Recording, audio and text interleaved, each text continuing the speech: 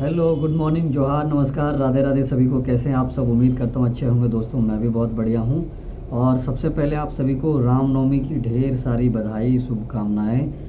एक बड़ा ही अद्भुत पर्व हम सबको एक अच्छी सीख के साथ जाता है, एक अच्छा मैसेज भगवान राम ने जो दिया है मर्यादा पुरुषोत्तम श्री राम बनने का।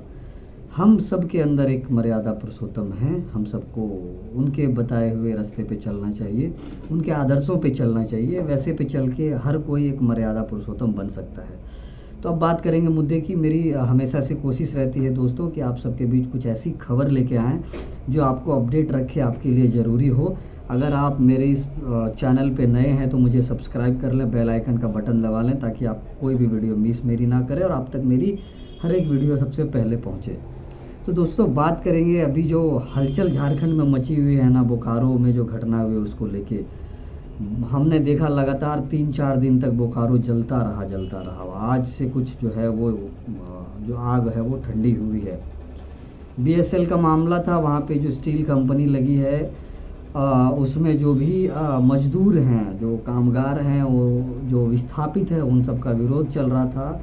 उनका ये आरोप था कि सरकार ने हमारी ज़मीनें ले ली, सरकार ने हमें अप्रेंटिसशिप मानी, प्रशिक्षण करवा लिया, लेकिन हम लोगों को नौकरी नहीं दे रहे। बाकी बाहरियों को नौकरी जो है वो कंपनी दे रही है, पैसों पे नौकरी दे रही है, लेकिन वहाँ के जो लोकल हैं, जिन्होंने अपनी ज़मीनें दी, जो वहाँ का धूल फाँक रहे हैं, उनको नौकरी नहीं मिली। इसी को लेके एक विरोध प्रदर्शन चल रहा था।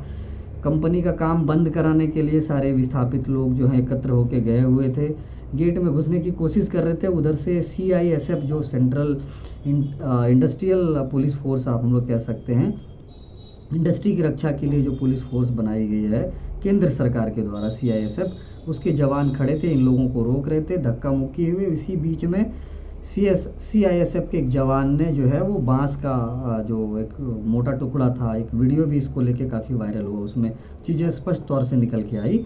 बांस के एक मोटे टुकड़े को फेंका प्रदर्शनकारियों की तरफ। उसी में से प्रेम महतो, जो एक प्रदर्शनकारी थे, उनके सर में जाके वो बांस लगा जाके, और वो वहीं पे गिर के अचेत हो गए। उनको जब हॉस्पिटल लेके गए तो वहाँ पे मृत घोषित कर दिया गया।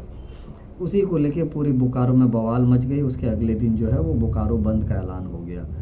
हमने उसके पहले रात में देखा कि जयराम महतो जब वहाँ पे पहुँचे, जो कि डुमरी के विधायक हैं, तो वहाँ पे बोकारो की जो विधायिका मैडम हैं श्वेता सिंह, जो कांग्रेस से विधायक हैं, उन्होंने उनकी गाड़ी को रोकने का प्रयास किया अपने समर्थकों के साथ। उनके समर्थक जो हैं वो नशे में भी थे। वो मैडम ने खुद भी इस बात को एक्सेप्ट किया और रोकने की कोशिश की। काफ़ी बहसा बहसी, गहमा गहमी का माहौल रहा। 2 विधायक आमने सामने रहे।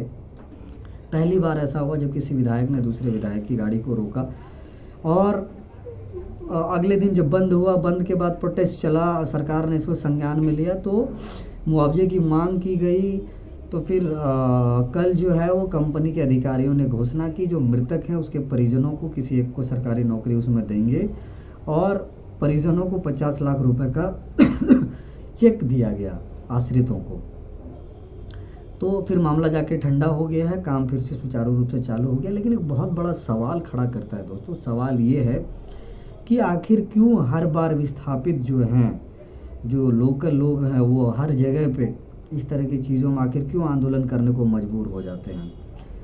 अभी हमने ये मामला तो चल ही रहा है। हम लोग अक्सर एनटीपीसी का मामला देखते हैं, जो हजारीबाग में, टंडवा में जो एनटीपीसी के प्लांट लगे हैं कोयला उत्पादन के लिए, अक्सर हम लोग देखते रहते हैं। वहाँ पे भी विरोध प्रदर्शन चलता रहता है स्थानीय लोगों का।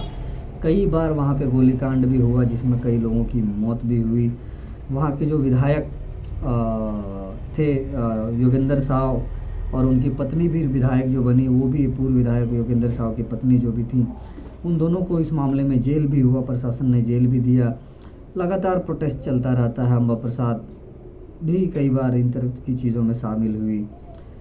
उसके बाद कई ऐसे और जगहों पे भी जो इस तरह के प्लांट लगे हैं, कारखाने लगे, तो वहाँ पे भी इस तरह की जो है वो आंदोलन चलते रहते हैं विस्थापितों को लेकर। अभी हमने गोड्डा में जो अडानी पावर प्लांट लगाया है, उसको लेके पोड़ैयाहाट के विधायक प्रदीप यादव ने एक बड़ा मुद्दा विधानसभा में उठाया कि उस समय जो ज़मीन अधिग्रहण किया गया था पावर प्लांट के लिए, उसमें उस समय ज़मीन की कीमत वहाँ पे 25 से 30 लाख रुपए थी। लेकिन रघुवर दास की सरकार ने वहाँ पे एक स्पेशल डीसी को भेजा और डीसी ने जो है 3 महीने के अंदर ज़मीन का जो रेट वहाँ पे कीमत जो घटा दिया, वो 3 लाख रुपए कर दिया। बाद में खूब हो हल्ला और विरोध प्रदर्शन हुए तो फिर जाके उस 3 लाख को 12 लाख कर दिया। लेकिन फिर भी वो 26 लाख 30 लाख के बजाय वो 12 लाख रुपए बहुत कम हुआ, तो लोगों को प्रॉपर मुआवजा नहीं मिला। अडानी ने जो घोषणा किया था कंपनी ने कि हम प्लांट लगाने के बाद जो स्थानीय लोगों के लिए करेंगे, जो नियोजन नीति की घोषणा की थी उसको भी नहीं फॉलो किया। बाहरी लोगों को नौकरी मिली, स्थानीय जो ज़मीन जिनका गया था उनको नौकरी नहीं मिली। एसपीटी एक्ट का उल्लंघन हुआ। इन सारे तमाम मुद्दों को लेके सरकार का ध्यान आकर्षण करवाया प्रदीप यादव ने। तो फिर हेमंत सोरेन सरकार ने जो है वो एक 5 सदस्यीय टीम बनाई जिसमें कि लोगों को जांच का आदेश दिया।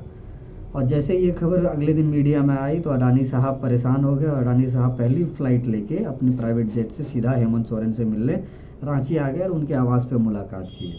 इस पे आगे क्या होगा वो देखते हैं, अभी होना बाकी है, क्या जांच होती नहीं होती। लेकिन मामला यहाँ पे ये है दोस्तों कि आखिर कब तक जो हैं वो विस्थापित लोग जो हैं, विस्थापित मजदूर जो हैं वो इस तरह से अपने जानों की प्राणों की आहुति देते रहेंगे, कब तक लाठियाँ खाते रहेंगे। जयराम महतो ने कुछ दिनों पहले जो है बेरमो में एक बड़ी ही अच्छी बात कही थी।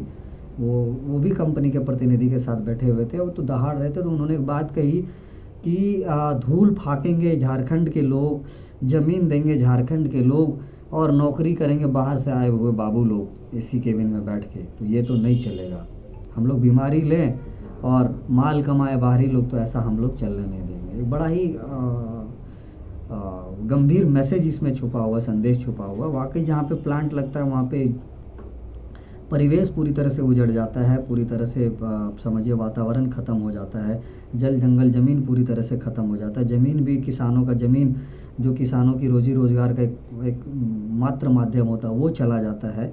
उसके बदले में अगर उनको नौकरी भी नहीं मिलेगी, सालों भर काम करने का मौका भी नहीं मिलेगा, उस ज़मीन के बदले प्रॉपर मुआवजा भी नहीं मिलेगा, तो आखिर कैसे जिएंगे लोग। इसी तरह की घटनाएं जो होती हैं वो अर्बन नक्सलिज्म को बढ़ावा देती दोस्तों। तो एक बहुत बड़ा सवाल खड़ा करता है हमारे झारखंड के लिए, यहाँ के लोगों के लिए। सरकार की मंशा भी ठीक नहीं है। जो विधायक, जो उस क्षेत्र के विधायक होते हैं, बाहुबली नेता होते हैं, प्रशासन होते हैं, मंत्री होते हैं, वो सब अपनी सेटिंग कर लेते हैं और कंपनी से मोटा माल ले लेते हैं, घर ले लेते हैं, उनके क्वार्टर पे कब्जा कर लेते हैं, रहने लगते हैं और स्थानीय लोगों को जो फ़ायदा मिलना चाहिए उसको इग्नोर कर देते हैं, वो फ़ायदा नहीं मिल पाता। इसमें कंपनी का दोष मैं बिल्कुल नहीं दूंगा, क्योंकि कंपनी के अधिकारी और कंपनी और मैनेजमेंट जो है वो सुविधाएं देने को तैयार रहते हैं, वो मुआवजा देने को तैयार रहते हैं। लेकिन ये बिचौलिए बन के जो विधायक के लोग होते हैं, बाहुबली नेताओं के लोग होते हैं, जो जनप्रतिनिधि होते हैं वहाँ पे लोकल लेवल पे,